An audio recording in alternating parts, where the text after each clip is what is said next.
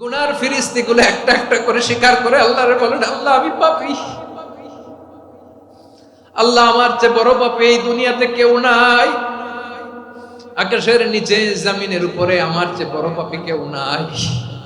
একটা একটা করে আল্লাহ স্বীকার করি আমি পাপী, সব পাপের স্বীকৃতি দিলাম। পৃথিবী না জানুক আমি তো জানি, আমি কি পাপ করেছি হায়, আমার পাপের করলে বিচার, বাঁচার আমার নাই উপায়। দয়াময় তুমি মাফ করো আমায়, মাফ করো আমায়। আল্লাহ তাআলা যদি দয়া করে আমাদেরকে মাফ না করে, আমাদের বাঁচার কোনো উপায় নাই। আপনি কি ভেবেছেন আপনার নামাজ দিয়ে আপনি জান্নাতে যাবেন? আপনি তাহাজ্জুদ গুজার, সেজদা দিতে দিতে কপালে দাগ ফেলেছেন, এটা আপনারা জান্নাতে নেবে না? আপনি এলাকার সবচেয়ে বড় হাতেম তাই দানশীল, এই দানের ভরসায় বসে আছেন, কশিন কালো না। আমাদের নামাজ, আমাদের রোজা, আমাদের ইবাদত, এগুলোকে মিজানের পাল্লায় উঠালে কোনো ওজনই হবে না। তবে আমাদের একটা কৌশল জানা আছে, আমরা আল্লাহর রহমতের ভিখারি। আমরা সেদিন আগেই গুনার স্বীকৃতি দিয়ে দেব। আমরা বলবো, আল্লাহ তুমি প্রশ্ন করার আগে তোমার একটা কথা বলি, আমারে কিছু জিজ্ঞেস করো না, আমি সব করেছি। এমন কোন পাপ নাই যে পাপ আমারে দিয়ে হয় নাই। তোমার রহমত দিয়ে তুমি জান্নাতে পাঠাবা, তোমার দয়ায় জান্নাতে যেতে চাই, আমল দিয়ে না। পারবেন বলতে? কিয়ামতের দিন আমরা বলবো, আল্লাহ আমার আমল দিয়ে জান্নাত চাই না, আমি তোমার দয়া দিয়ে জান্নাত চাই। তোমার দয়া ছাড়া আমার কোনো উপায় নাই।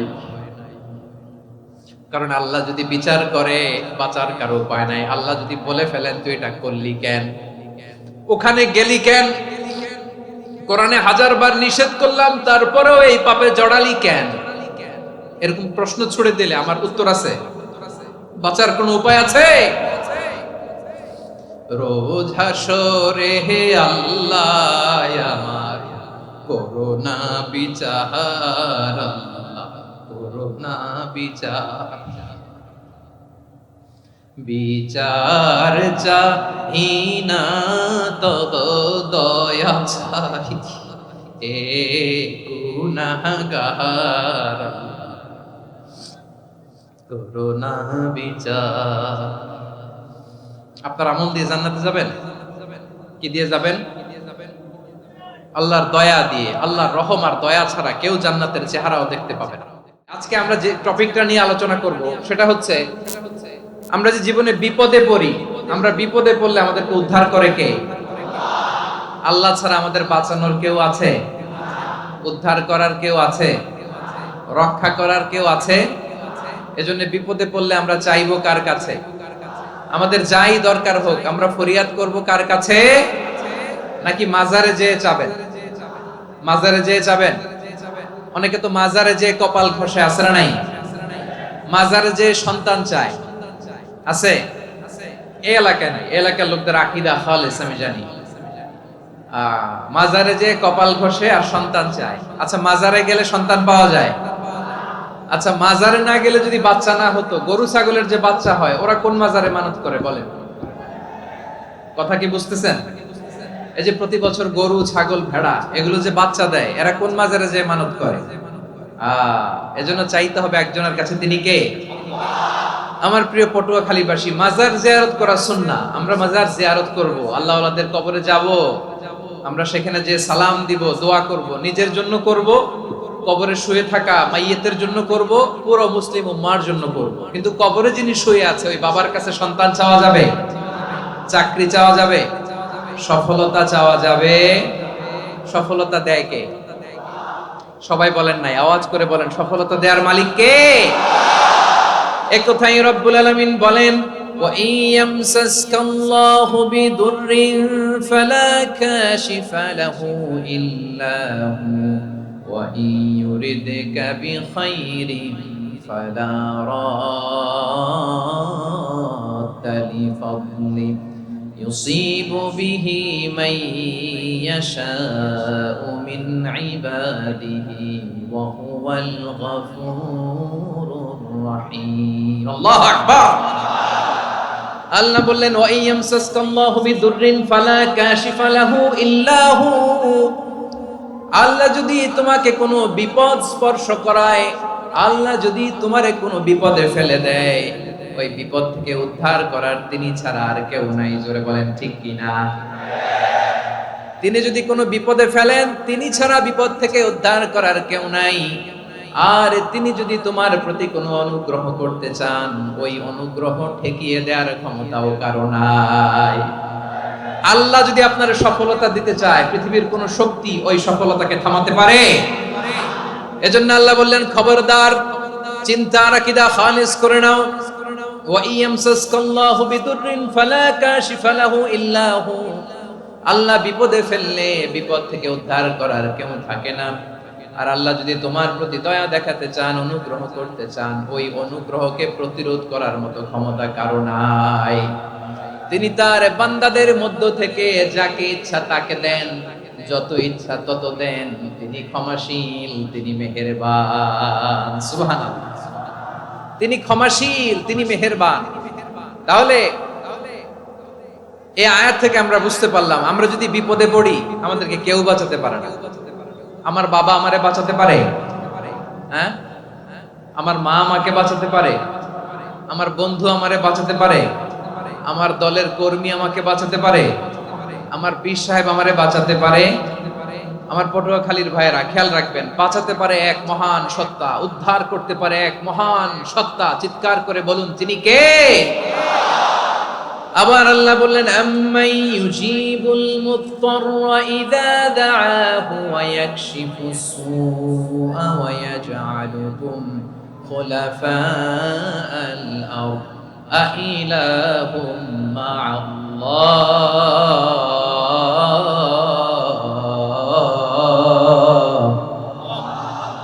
ক্বালিলাম মা তাযাক্কারুন রব্বুল আলামিন বলেন বিপদে পড়ে কাতর কণ্ঠে চিন্তাগ্রস্ত হয়ে যখন কেউ ফরিয়াদি হয়ে আল্লাহর ডাকে হাত তোলে তখন এই ব্যক্তির ডাকে সাড়া দেয় কে সবাই বলুন কাতর কণ্ঠে বিপন্ন অবস্থায় আপনি যখন কেঁদে কেঁদে হাত তুলে আপনার দুঃখের কথা জানান আপনি যখন ডাকেন তারে তখন আপনার ডাকে সাড়া দেয় কে আল্লাহ বলে আমি সাড়া দেই তোমাদের বিপদকে মুক্ত করে দেয় কে ওই আল্লাহর সাথে কোন উপাস্য আছে নাকি কিন্তু খুব অল্প সংখ্যক লোকই তোমরা উপদেশ গ্রহণ করো কথাটা কার তাহলে বিপন্ন মানবতা যখন কাঁদে মানুষ যখন বিপদে পড়ে নিরুপায় হয়ে ফরিয়াদ করে তার ডাক শোনার কেউ নাই একজন ছাড়া চিল্লায় বলেন তো তিনি কে এজন্য আমরা ফরিয়াদের হাত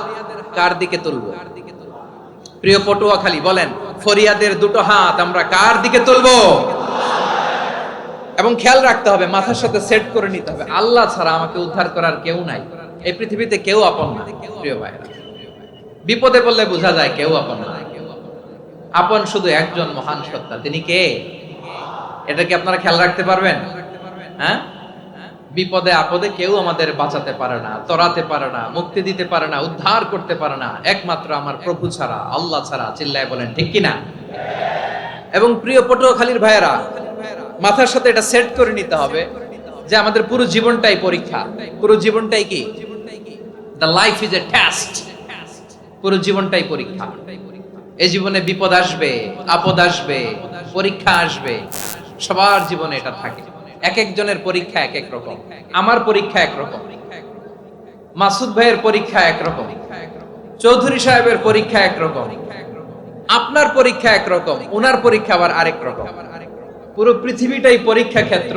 সবাই পরীক্ষা দিচ্ছি কিন্তু কারো পরীক্ষা প্রশ্নের সাথে কারোটার মিল নাই সুবহানাল্লাহ পড়বেন না পুরোটাই পরীক্ষা ক্ষেত্র সবাই পরীক্ষার্থী কিন্তু প্রশ্নপত্র একটার সাথে আরেকটা মিলে না one doesn't match the other একজনেরটার সাথে আরেকজনেরটা মিলে না কাউকে আল্লাহ তাআলা ধনী বানিয়ে পরীক্ষা করেন কি বানিয়ে কথা কি বুঝতেছেন নাকি কষ্ট হচ্ছে? কষ্ট হচ্ছে আপনাদের? কাউকে আল্লাহ ধনী বানিয়ে পরীক্ষা করেন, আবার কাউকে আল্লাহ তাআলা গরিব বানিয়ে পরীক্ষা করেন, কাউকে আল্লাহ অসুস্থ বানিয়ে পরীক্ষা করেন। কেউ দেখবেন যে দুরারোগ্য ব্যাধিতে আক্রান্ত, ডাক্তার বলেছে আর সময় নাই, দুরারোগ্য ব্যাধি ক্যান্সার, যার নেই কোনো অ্যান্সার, তার জন্য পরীক্ষা হচ্ছে এই রোগ। আরেক লোক দেখবেন তার আবার রোগ বালাই নাই, মাশাআল্লাহ, তাকে আল্লাহ তাআলা আর্থিক দৈন্যতা, দারিদ্রতা দিয়ে পরীক্ষা করছেন। এরকম আছে না নাই? টাকা পয়সা নাই, দিন আনে দিন খায়, যা আছে তাতে চলে না, এটা তার জন্য পরীক্ষা। আবার আরেক শ্রেণীর লোক দেখবেন তাকে আল্লাহ অসুস্থতাও দেয় নাই, দারিদ্রতাও দেয় নাই, তার দাম্পত্য জীবনের সমস্যা আছে না নাই? স্ত্রী কথা শোনে না, অথবা ছেলে মেয়ে কথা শোনে না। তাহলে পরীক্ষা সবার জীবনে আছে, এক একজনের পরীক্ষাটা এক এক রকম। আল্লাহ তাআলা দেখতে চায় যে এই পরীক্ষার সময় আমরা কিরকম রেসপন্স করি, how to deal with the test, কিভাবে এই বিপদ আপদ পরীক্ষাগুলোকে আমরা হ্যান্ডেল করব, ডিল করব। এটা হচ্ছে আজকের আলোচনার বিষয়। বুঝতে পেরেছেন সবাই আমার প্রিয় ভাইরা? তাহলে পরীক্ষাময় আমাদের জীবন, বিপদ আপদ পরীক্ষা, এটা মানুষের পিছু ছাড়ে না। সবার জীবনে পরীক্ষা আছে, নবীদের জীবনেও পরীক্ষা ছিল। সাহাবারা জিজ্ঞেস করেছেন, ইয়া রাসূলুল্লাহ, আইয়ুন নাসি আশাদ্দু বালাআন ফিদ দুনিয়া, এই দুনিয়ার বুকে কাদের পরীক্ষা সবচেয়ে বেশি? বিশ্বনবী বলেছেন, আল আম্বিয়া, এই পৃথিবীতে সবচেয়ে বেশি পরীক্ষা আল্লাহ তাআলা নিয়ে থাকেন নবীদের। কাদের? নবীদের। সুম্মাল আমসাল ফাল আমসাল, এরপরে নবীদের পরের স্তরে যারা, তাদের পরীক্ষা। এরপরে তাদের পরের স্তরে যারা, তাদের পরীক্ষা। সিদ্দিকীনদের, শুহাদাদের, সালিহিনদের, আল্লাহওয়ালাদের। যার ঈমান যত মজবুত, তার জীবনে পরীক্ষাও তত বেশি। চিল্লায় বলেন ঠিক কিনা? তাহলে মুমিনরা, বিশ্বাসীরা, আমরা কি পরীক্ষা বিপদ আপদে ভয় পাই? হ্যাঁ, বিপদ দেখলে ভয় লাগে আপনাদের? ভয় লাগে?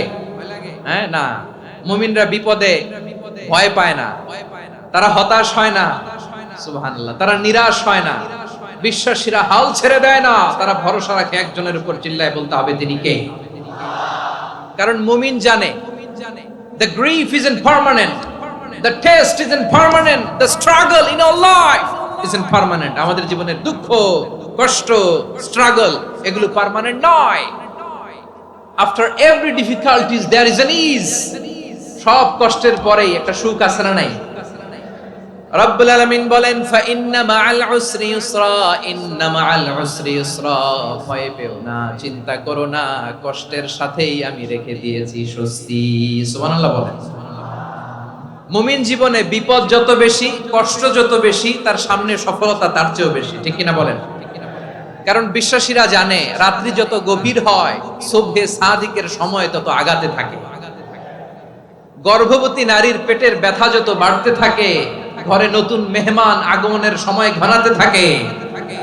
মুমিনদের উপর বিপদ, অত্যাচার, আপদ, পরীক্ষা যত বাড়তে থাকে, কালেমার পতাকা উড্ডয়নের সময় কাছে আসতে থাকে।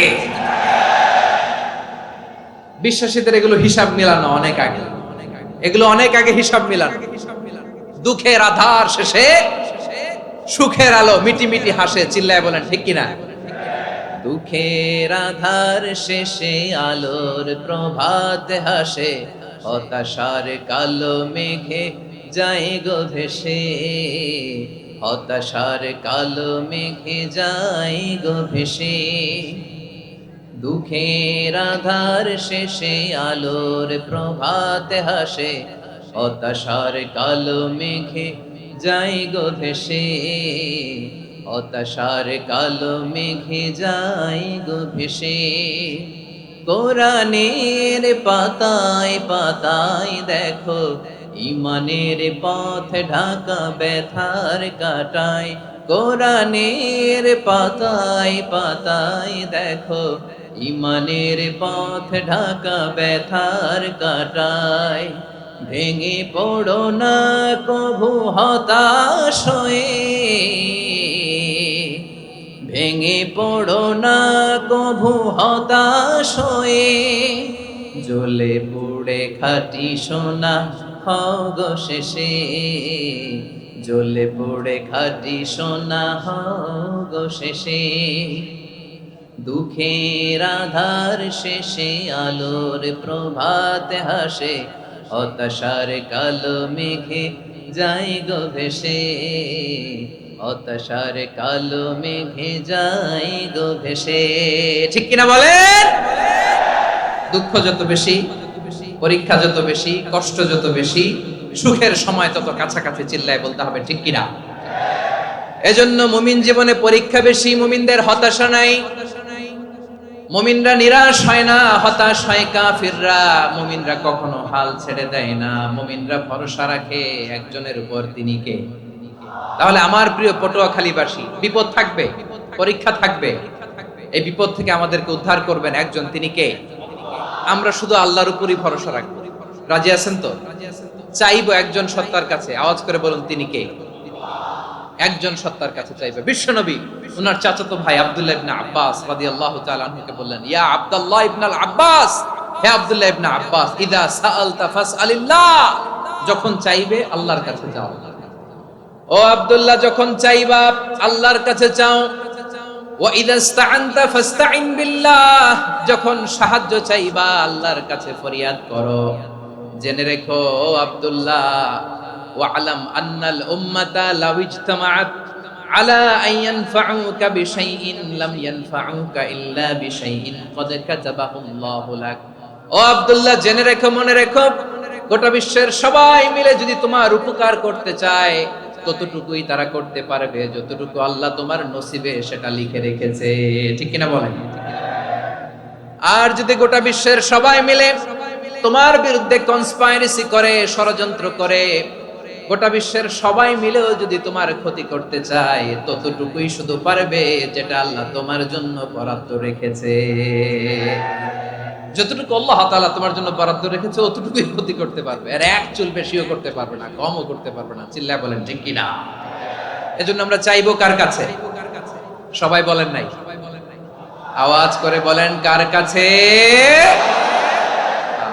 সব সময় আমরা আল্লাহর কাছে চাইবো, বিপদে আপদে, সুখে দুঃখে, সচ্ছল অবস্থায় অসচ্ছল অবস্থায়, পরাজয়ের সময় বিজয়ের সময়, সব সময় আমরা ভরসা রাখবো কার উপর?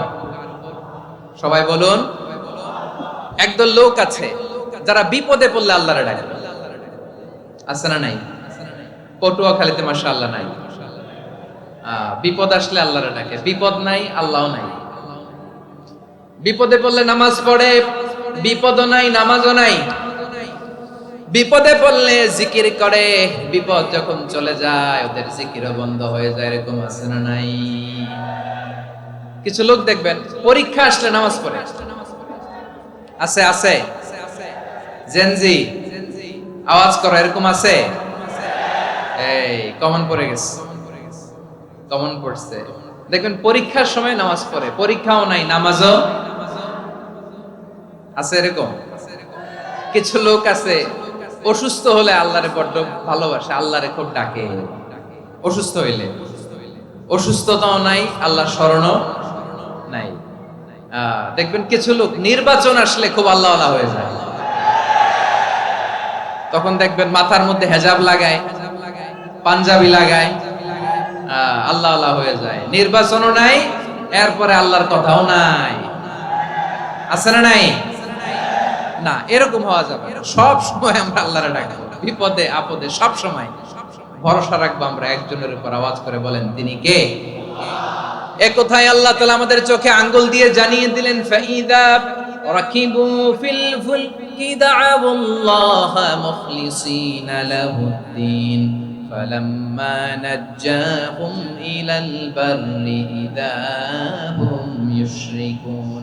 আল্লাহ বলে একদল লোক আছে, তারা যখন নৌযানে চড়ে, জলযানে চড়ে, সাগরের মধ্যে যখন জাহাজে চড়ে, লঞ্চে চড়ে, তারা যখন তুফানের সম্মুখীন হয় তখন তারা আল্লাহরে বড্ড বেশি ডাকে, একান্ত ভাবে ডাকে, বিশুদ্ধ চিত্তে ডাকে।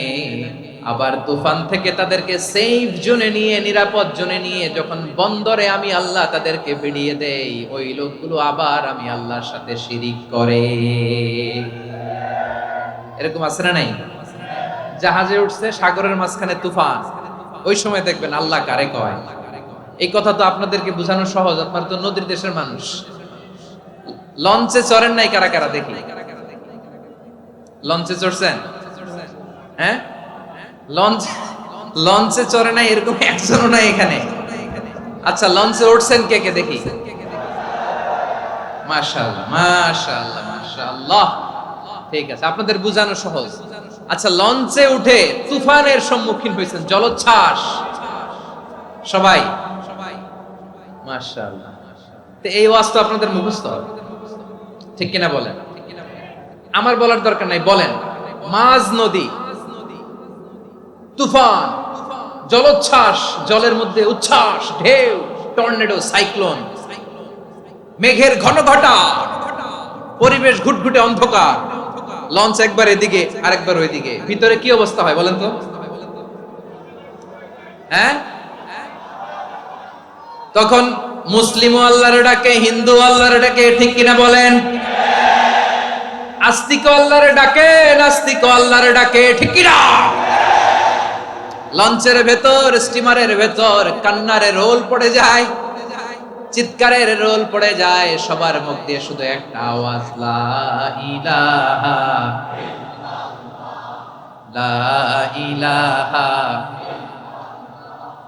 লা ইলাহা সুবহানাল্লাহ আলহামদুলিল্লাহ লা ইলাহা। আল্লাহ নামের জিকির করবে যারা, আল্লাহর কাছে প্রিয় তারা, আল্লাহর কাছে প্রিয় যারা, জান্নাতে প্রবেশ করবে তারা, জোরে লা ইলাহা লা ইলাহা ইল্লাল্লাহ লা ইলাহা ইল্লাল্লাহ মুহাম্মাদুর রাসূলুল্লাহ সাল্লাল্লাহু আলাইহি ওয়াসাল্লাম।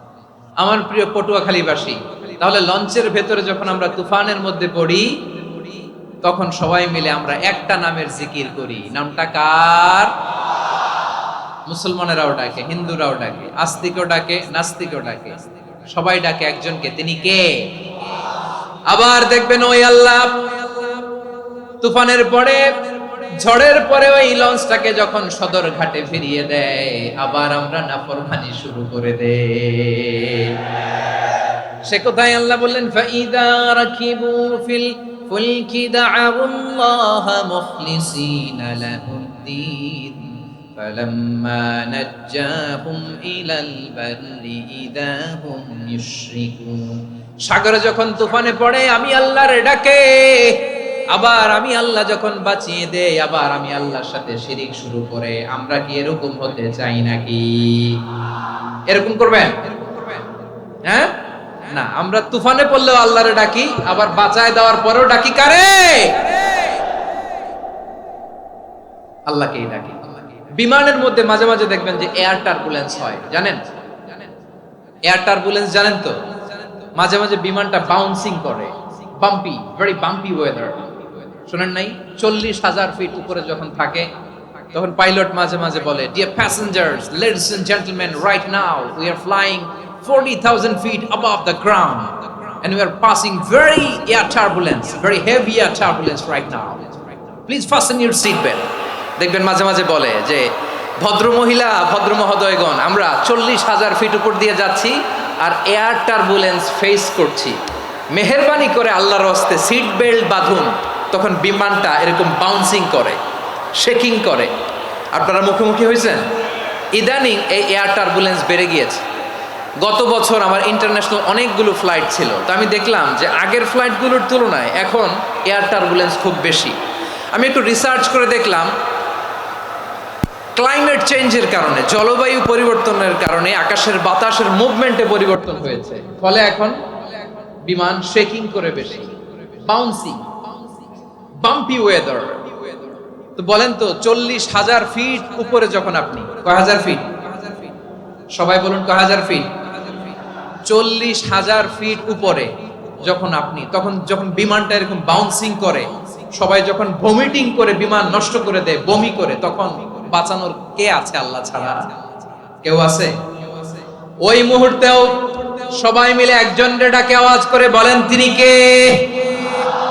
মাঝে মাঝে কিছু সোশ্যাল মিডিয়ায় কিছু ভিডিও পাওয়া যায় যে হেভি যখন এয়ার টার্বুলেন্স হয়, 10 সেকেন্ড 15 সেকেন্ডের কিছু ভিডিও পাওয়া যায়, বিমানটা এরকম বাউন্সিং করছে, বাম্পি ওয়েদার, কাঁপছে, মানুষগুলো বমি করছে, অক্সিজেন মাস্কগুলো সব ঝুলে পড়েছে, বিমানটা শুধু কাঁপছে। তখন দেখবেন বিমানের ভেতরেও এরকম লঞ্চের মতো চিৎকার আছে না নাই? বিমানের ভেতরেও তখন চিৎকার। গত বছর হিথ্রো এয়ারপোর্ট থেকে সিঙ্গাপুর এয়ারলাইন্সের একটা ফ্লাইট, হিথ্রো টু চাঙ্গি, একটা ফ্লাইটে এমন বেশি এয়ার টার্বুলেন্সের শিকার হয়েছিল ওই এয়ারক্রাফটটা, 33 জন যাত্রী সেখানে আহত হয়েছে, একজন যাত্রী নিহত হয়েছে। কেবিন ক্রুজ, এয়ার হোস্টেস যারা আছে, একজনের নাক ফেটে, চোখ ফেটে, কপাল ফেটে, ব্লিডিং হয়ে শয়লা। প্রিয় ভাইরা, ওই 40,000 ফিট উপরে বিমানটা যখন কাঁপবে, তখন আমাদেরকে আল্লাহ ছাড়া আর কেউ বাঁচানোর আছে? এত আসতে বললে হবে? ওই কঠিন মুহূর্তে আমার বাবা আমারে বাঁচাতে পারে, আমার বন্ধু আমারে বাঁচাতে পারে। এই গ্রাউন্ডে, জমিনের বুকে আমার প্রোটোকল, আমার ক্ষমতা, আমার দাম্ভিকতা, কোনো কিছু আমারে বাঁচাতে পারে একজন ছাড়া। চিল্লায় বলতে হবে, তিনি কে? সে আল্লাহ বললেন, গোলাম, আমি বিপদের সময় ঠিকই তোমাদের বাঁচিয়ে নেই। ওই বিমানের ভেতরে 40,000 ফিট উপরে যখন তোমরা এয়ার টার্বুলেন্সের শিকার হও, তখন নাস্তিকও আল্লাহরে ডাকে, হিন্দু আল্লাহরে ডাকে। জোরে বলেন ঠিক কিনা? আবার বিমানটা যখন শান্ত হয়ে যায়, একটু পরেই বিমানের স্ক্রিনের মধ্যে হিন্দি সিনেমা খোঁজে।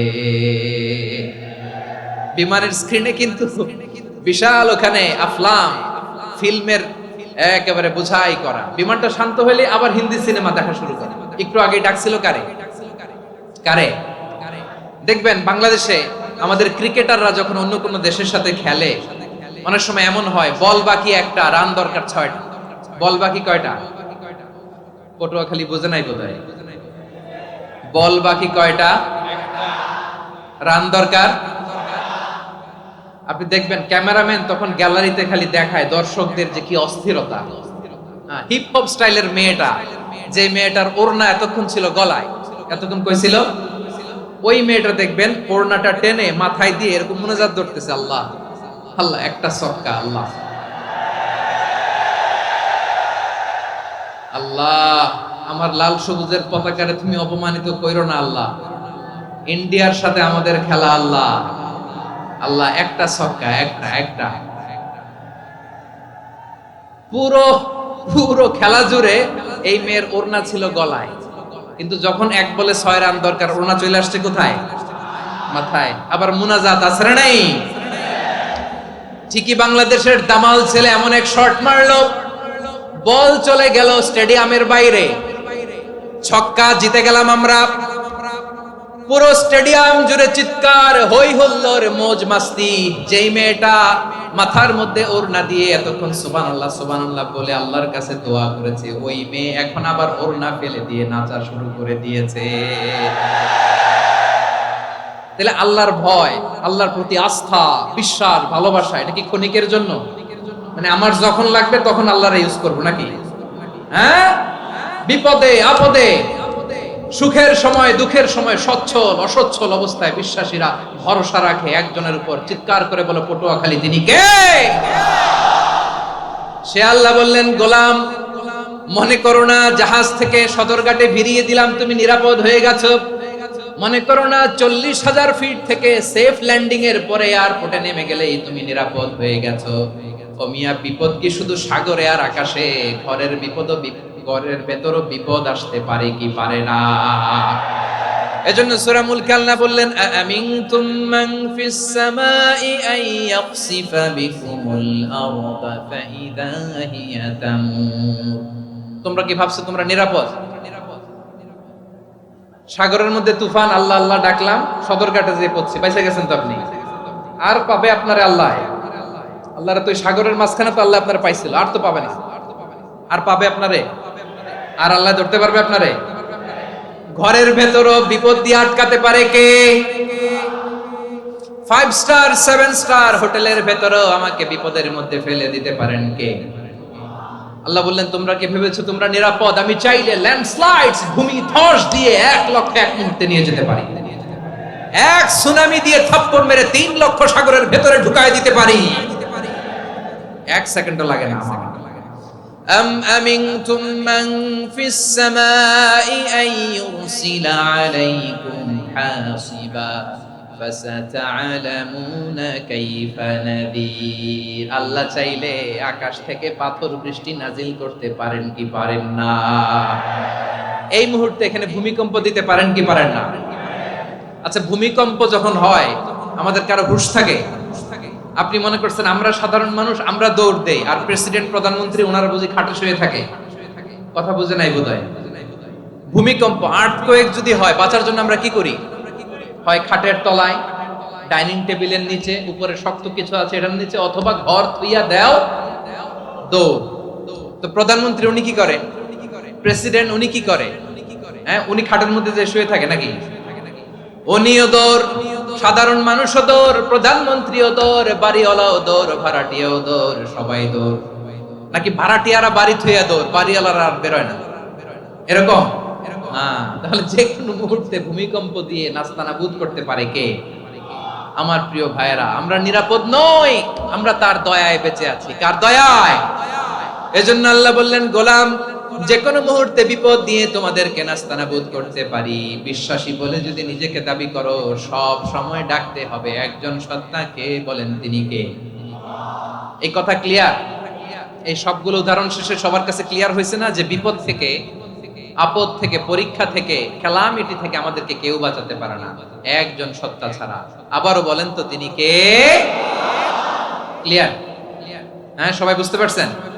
আচ্ছা, এবার আমরা দেখি বিষ্ণু ঈসা ইসলামের জীবনে বিপদ আপদ ছিল কিনা। উনি বিপদ আসলে কিভাবে ডিল করতেন, বিপদ আসলে কোন দোয়া পড়তে হয়, কিভাবে ফরিয়াদের হাত উত্তোলন করতে হয়, কিভাবে রবের দরবারে নতজানু হয়ে ফরিয়াদ করতে হয়, এটা জানার দরকার আছে না নাই? আসুন আমরা বিশ্বনবীর জীবনী থেকে দেখি বিপদ আসলে উনি কি করতেন। বিপদ আসলেই প্রথমে বিশ্বনবী সাল্লাল্লাহু আলাইহি ওয়াসাল্লাম একটা দোয়া পড়তেন। কি পড়তেন? তিনি পড়তেন, ইন্না লিল্লাহি ওয়া ইন্না ইলাইহি রাজিউন। নিশ্চয় আমরা আল্লাহর জন্য, নিশ্চয় আমরা কার দিকে ফিরবো ভাই? আবার কার দিকে ফিরবো? আওয়াজ করে বলুন তো, আমরা এসেছি কার কাছ থেকে, আবারও ফিরে যাব কার কাছে? এজন্য বিষ্ণুই পড়ছেন, ইন্না লিল্লাহি ওয়া ইন্না ইলাইহি রাজিউন। নিশ্চয় আল্লাহর জন্য, ওই আল্লাহর দিকেই আমরা ফিরে যাব। তারপরে বিশ্বনবী পড়তেন, আল্লাহুম্মা আজুরনি ফি মুসিবাতি ওয়াখলুফ লি খায়রাম মিনহা। একসাথে প্রথমে পড়তেন ইন্না লিল্লাহি ওয়া ইন্না ইলাইহি রাজিউন, তারপর পরে পড়তেন আল্লাহুম্মা আজুরনি ফি মুসিবাতি ওয়াখলুফ লি খায়রাম মিনহা। মানে আল্লাহ, এই যে আমি বিপদে ধৈর্য ধারণ করলাম, এটার সব তুমি আমারে দাও, আর যেটা হারালাম এর চেয়ে ভালো কিছু দিয়ে মেকআপ করে দিও, ভালো কিছু দিয়ে বদল করে দিও। সুবহানাল্লাহ পড়েন। তাহলে বিপদ আসলে আমরা কি পড়বো? কথা বলেন। এই যে আমি শুয়েছিলাম, নাশিদ গাচ্ছিল ওরা, এদেশে পরস্পরে দেখা হলে দেয় সালাম, এদেশে আমজনতার হৃদয় জুড়ে পাকালাম, এদেশে বিপদ এলে সর্বজনে সর্বক্ষণে দোয়া পড়ে ইন্না লিল্লাহ। কি পড়ে? সুবহানাল্লাহ সুবহানাল্লাহ সুবহানাল্লাহ সুবহানাল্লাহ। এদেশে আজান শুনে সূর্য ওঠে শহর গ্রামে, এদেশে আজান শুনে সূর্য ডুবে সন্ধ্যা নামে, এদেশে সকল কাজে সবাই বলে বিসমিল্লাহ, এদেশে ভালো কিছু দেখে শুনে হাসি মুখে সবাই বলে মাশাআল্লাহ। সুবহানাল্লাহ পড়েন। তাহলে বিপদ এলে আমরা কি পড়ি? কথা বুঝলে সবাই উত্তর দিতে হবে। বিপদ এলে কি পড়ি? তাহলে বিপদ এলেই আমরা এখন থেকে ইন্না লিল্লাহ পড়ব, নাকি হাই হুতাশ করবেন? একদল আছে হাই হুতাশ করে, হায় আল্লাহ রে মোর কি হইল রে, মুই কি হরমু রে, মুই কমবে জামু রে, আছে না নাই? এরকম বিলাপ করতে নিষেধ করেছেন বিশ্বনবী। কি করব, কই যাব, কি হবে, হায় হায়, এরকম হাহুতাশ আছে না নাই? বিশ্বাসীরা হাহুতাশ করে না, তারা ইন্না লিল্লাহ পড়ে। কি পড়ে? মনে থাকবে? আমরা পড়বো ইন্না লিল্লাহি ওয়া ইন্না ইলাইহি রাজিউন। নিশ্চয়ই আমরা আল্লাহর জন্য, আমরা আল্লাহর দিকেই ফিরে যাব। এরপর পড়বো আল্লাহুম্মা আজুরনি ফি মুসিবাতি ওয়াখলুফ লি খায়রাম মিনহা। আল্লাহ, আমি যে বিপদে ধৈর্য ধারণ করলাম এটার সওয়াব দিও, আর যা হারালাম তার চেয়ে ভালো কিছু দিয়ে বদল করে দিও। সুবহানাল্লাহ পড়েন। বিশ্ব নবীর হাদিস শুনলেন উম্মে সালামা রাদিয়াল্লাহু তাআলা আনহা। ওনার স্বামী হলো আবু সালামা। মজার ঘটনা খেয়াল করে শুনেন আমার প্রিয় কলিজার টুকরা ভাইয়েরা। কানগুলো খরগোশের কানের মতো খাড়া করে আমার দিকে তাকান। সাইয়্যিদাতুনা উম্মে সালামা রাদিয়াল্লাহু তাআলা আনহা, ওনার স্বামীর নাম আবু সালামা। শ্রেষ্ঠ দম্পতি, শ্রেষ্ঠ ফ্যামিলি। প্রথমে হিজরত করেছিলেন হাবাসায়, পরে হিজরত করেছেন মদিনায়। উহুদ যুদ্ধের পরে ওনার স্বামী আবু সালামা ইন্তেকাল করলো, শহীদ হলো। সুবহানাল্লাহ পড়েন। যখন আবু সালামা ইন্তেকাল করলো, উম্মে সালামা রাদিয়াল্লাহু তাআলা আনহা কেঁদে কেঁদে হয়রান। আর নবীর শিখানো বাণী অনুযায়ী তিনি বারবার পড়ছিলেন ইন্না লিল্লাহ। কি পড়ছিলেন? মুই কই জামু, কি হরমু, এগুলো বলে নাই। কি বলছে? ইন্না লিল্লাহ। যেহেতু বিশ্বনবী বলেছেন কেউ যদি বিপদের প্রথম ধাক্কায় পড়ে ইন্না লিল্লাহি ওয়া ইন্না ইলাইহি রাজিউন, আল্লাহুম্মা আজুরনি ফি মুসিবাতি ওয়াখলুফ লি খায়রাম মিনহা, তাহলে এই বিপদে যে সে যা হারালো তার চেয়ে শ্রেষ্ঠ কিছু দিয়ে আল্লাহ তার বদল দিয়ে দিবে। এই হাদিস শুনে উম্মে সালামা রাদিয়াল্লাহু তাআলা আনহা ওনার প্রাণ প্রিয় স্বামী আবু সালামার ইন্তেকালের পরে চোখের পানি ছাড়ে, আর পড়ে ইন্না লিল্লাহি ওয়া ইন্না ইলাইহি রাজিউন, আল্লাহুম্মা আজুরনি ফি মুসিবাতি ওয়াখলুফ লি খায়রাম মিনহা। বারবার এই দোয়া পড়ে চোখের পানি ছাড়ে, এই দোয়া পড়ে চোখের পানি ছাড়ে, আর মনে মনে বলে আবু সালামার মতো ভালো মানুষ মদিনাতে নাই, আবু সালামার চেয়েও ভালো মানুষ মদিনাতে নাই, তার চেয়ে ভালো মানুষ কি করে আল্লাহ তাআলা আমারে দিবে, তার চেয়ে ভালো মানুষ তো আমি মদিনাতে দেখি না। চোখের পানি দিয়ে বুক ভাসায় আর নবীর হাদিসের উপর আমল করে পড়ে ইন্না লিল্লাহি ওয়া ইন্না ইলাইহি রাজিউন, ইন্না লিল্লাহি ওয়া ইন্না ইলাইহি রাজিউন। পড়তে পড়তে চোখের পানি ছাড়ে আর চিন্তা করে বিশ্বনবী বললেন এই দোয়া পড়লে যেটা হারালাম তার চেয়ে ভালো কিছু দিয়ে আল্লাহ পুরস্কার দেয়। আবু সালামের চেয়ে ভালো মানুষ মদিনার মধ্যে আর কে হতে পারে? কি আজীব তামাশা, কি অবাক করা ঘটনা। কিছুদিন পরে দেখা গেল সাইয়্যিদুল মুরসালিন রাহমাতাল লিল আলামিন স্বয়ং বিশ্ব নবী উম্মে সালামাকে বিয়ের প্রস্তাব পাঠিয়েছে। স্বয়ং বিশ্ব নবী উম্মে সালামা রাদিয়াল্লাহু তাআলা আনহাকে বিয়ের প্রস্তাব পাঠিয়েছেন। উনি রাজি হয়ে গেলেন, বিয়ে হয়ে গেল, উনি হয়ে গেলেন উম্মুল মুমিনিন, আমাদের মা, পুরো মুসলিম উম্মার মা। চিৎকার করে বলেন আল্লাহু আকবার। তাহলে আমার প্রাণ প্রিয় ভাইয়েরা, বিপদে পড়লে আমরা পড়বো ইন্না লিল্লাহি ওয়া ইন্না ইলাইহি রাজিউন, আল্লাহুম্মা আজুরনি ফি মুসিবাতি ওয়াখলুফ লি খায়রাম মিনহা। পড়বেন? পড়বেন না? যারা যারা বিপদ আসলে এই দোয়াটা পড়বেন এখন থেকে আওয়াজ করে ইনশাআল্লাহ বলেন। যা হারাইছেন তার চেয়ে শ্রেষ্ঠ জিনিস দিয়ে বদলা দিবে কে? বিশ্বাস হয়? একটু সন্দেহ লাগে মনে হয়, একটু সন্দেহ আছে? যাদের বিশ্বাস হবে তাদের কি আল্লাহ উত্তম বদলা দিবে, ঠিক কিনা বলেন? তাহলে বিপদে পড়লেই প্রথমে আমরা এটা পড়ব। দোয়াগুলো যদি এখন মুখস্থ না হয়, এই যে রেকর্ডিং হচ্ছে পেয়ে যাবেন, কালকেই পেয়ে যাবেন। শুনে শুনে মুখস্থ করবেন। আমার মায়েরা, আমার বোনেরা, আপনাদের জন্য 3টি মাঠের অ্যারেঞ্জমেন্ট করা হয়েছে, আমি জানি। আপনারাও এই দোয়াগুলো পড়বেন, আপনার স্বামীকে শেখাবেন, সন্তানকে শেখাবেন, আপনার পুরো পরিবারটাকে জান্নাতের টুকরো বানিয়ে দিবে কে? তাহলে বিপদ আসলে প্রথমে কি পড়তে হবে এটা জেনে গেলাম। এরপরে বিপদ আসলে নিজেকে কি করে আল্লাহর কাছে সঁপে দিতে হয় এটাও জানার দরকার আছে না নাই? বিপদে প্রথমে ইন্না লিল্লাহ পড়লাম, ধৈর্য ধারণ করলাম, বিপদ থেকে উদ্ধারের সর্বোচ্চ চেষ্টা করলাম। আমার কাজ যখন শেষ তখন আমি আমার এই বিষয়টা আল্লাহর কাছে সঁপে দিলাম। কার কাছে সুপর্দ করব? কার কাছে? বিপদে বললে কেমন করে নিজেকে আল্লাহর কাছে সঁপে দিতে হয় আসুন সাইয়েদনা ইব্রাহিম আলাইহিস সালামের জীবনী থেকে জানি। আল্লাহর খলিল ইব্রাহিম আলাইহিস সালাম আমাদের মতো সমাজ ব্যবস্থা পায় নাই। আমরা জন্মের পরে আমাদের কানের ভেতরে আজান দিয়েছে কে? একামত দিয়েছে কে? আমাদের বাপ দাদারা আমাদের কানে আজান দিয়েছে কি দেয় নাই? আমাদের জন্মের পরেই তো আজান, একামত, বাড়ির পাশে মসজিদ, প্রতিদিন আজান, জুমার খুতবা, প্রতি মাসে মাসে তাফসীরুল কোরআন মাহফিল, মসজিদ, মিনারা, অভাব নাই, ঠিক কিনা বলেন? আপনি যেই সুন্দর ইসলামিক এনভায়রনমেন্ট পেয়েছেন, আমাদের ইব্রাহিম খালিল উনিও কি এরকম পেয়েছিলেন? হ্যাঁ, উনি জন্মের পর পরে ওনার কানে আজান দিছে কেউ? আমার প্রিয় ভাইরা, আগা গোড়া একটা শিরকি পরিবেশ উনি জন্মগ্রহণ করেছেন। উনি ছাড়া ওই তল্লাটে একজনও আল্লাহর উপর বিশ্বাসী নাই। কল্পনা করতে পারেন? গোটা তল্লাটে গোটা দেশে বিশ্বাসী মুমিন আল্লাহর উপর বিশ্বাস স্থাপনকারী কয়জন? সবাই বলেন কয়জন? বাকি সব মুশরিক। বাকি সব মুশরিক নিজের সাথে নিজে শক্ত বোঝাপড়া করে, অ্যানালজি করে, সেলফ কনভারসেশন করে উনি মহা সত্যের সন্ধান পেয়েছে। উনি আকাশের তারা দেখে ভাবে মনে হয় এটাই আমার খোদা, পরে দেখে তারা নাই, মনে মনে বলে না তাইলে এটা না। আবার চাঁদ দেখে বলে চাঁদটা বড় মায়া লাগে, মনে হয় এটাই আমার রব, পরে দেখে চাঁদও নাই, কয় না এটা না। এরপরে দ্বীপ প্রহরের জলজলে সূর্যটা খাঁ খাঁ করে গোটা পৃথিবীটারে রৌদ্র দিয়ে তাতিয়ে রাখে। তিনি ভাবলেন মনে হয় এটাই আমার রব, কারণ এটাই তো সবচেয়ে বড়।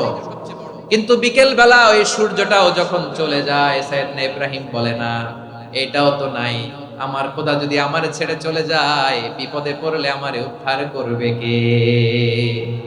এভাবে নিজের সাথে অ্যানালজি, সেলফ কনভারসেশন করতে করতে করতে তিনি মহা সত্যের সন্ধান পেয়েছেন। সুবহানাল্লাহ পড়েন।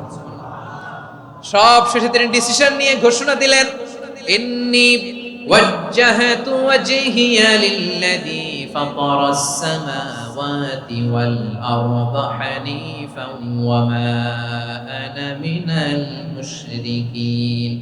নিশ্চয় আমি এমন সত্তার দিকে মনোনিবেশ করলাম, মুখাপেক্ষী হলাম, যিনি আকাশ বানিয়েছেন, জমিন বানিয়েছেন, আমি মুশরিক নই। সুবহানাল্লাহ। পারতেন? আপনি পারতেন? কেউ নাই, লক্ষ লক্ষ মুশরিক, আপনি একা। ওনার মতো এরকম বিচক্ষণতা দিয়ে আল্লাহরে খুঁজে পাইতে পারতেন আপনি? কি নবী ছিল, আল্লাহকে খুঁজে পেয়েছে। যখন আল্লাহর ইবাদত শুরু করলো, এই কথা ছড়ায় পড়লো চারদিকে। নমরুদ সাইয়েদনা ইব্রাহিমকে ডেকে পাঠালেন। নমরুদ বলে, ইব্রাহিম তুমি নাকি মূর্তির পূজা না করে কোন নতুন রবের ইবাদত করো, কে তোমার রব? সাইয়েদনা ইব্রাহিম বললেন, রব্বি আল্লাযী ইউহয়ী ওয়া ইউমীত, আমি এমন রবের ইবাদত করি যিনি জীবন দেন, যিনি মৃত্যু দেন। নমরুদ বলে, তাই নাকি? তোমার রব জীবন দেয় মৃত্যু দেয়, আর এটা তো আমি দেই, আমিও তো জীবন দেই, আমিও তো মৃত্যু দেই। সাইয়েদনা ইব্রাহিম বললেন, কেমন করে তুমি জীবন দাও মৃত্যু দাও, একটু দেখাও তো। নমরুদ জেলখানা থেকে দুজন কয়েদিকে ডেকে আনলো। কয়েদি এনে অর্ডার করলো, একটাকে এখনই শিরোচ্ছেদ, হেড অফ, ডেথ পেনাল্টি, মৃত্যুদণ্ড দেয়া হলো, ফিনকি দিয়ে রক্ত বের। নমরুদ বলে, দেখো দুজনকে ধরে আনলাম, একজন কয়েদিকে দিলাম ডেথ পেনাল্টি, মৃত্যুদণ্ড, ওরে মৃত্যু দিলাম। আরেকজন যে দাঁড়িয়ে আছে, চাইলে ওরেও আমি মৃত্যুদণ্ড দিতে পারি, কিন্তু না, ওরে আমি দিব না, ওরে আমি বাঁচাইয়া দিলাম, ছেড়ে দিলাম, মানে জীবন দিলাম। দেখো ইব্রাহিম, তোমার চোখের সামনে একজন যে মৃত্যু দিলাম, আরেকজন যে জীবন দিলাম। আপাত দৃষ্টিতে তাই তো, একজন রে তো জীবন দিল, আরেকজন রে মৃত্যু দিল। সাইয়েদনা ইব্রাহিম এবার বিপাকে পড়ে গেলেন। কিন্তু এক একজন নবীকে আল্লাহ এমন উইজডম বিচক্ষণতা দিয়ে এই জমিনে পাঠিয়েছেন, মুহূর্তের মধ্যে আল্লাহর খলিল ইব্রাহিম বললেন, ফাইন্নাল্লাহা ইয়াতি বিশ-শামসি মিনাল মাশরিকি ফাতি বিহা মিনাল মাগরিব ফাবুহিতাল্লাযী কাফার।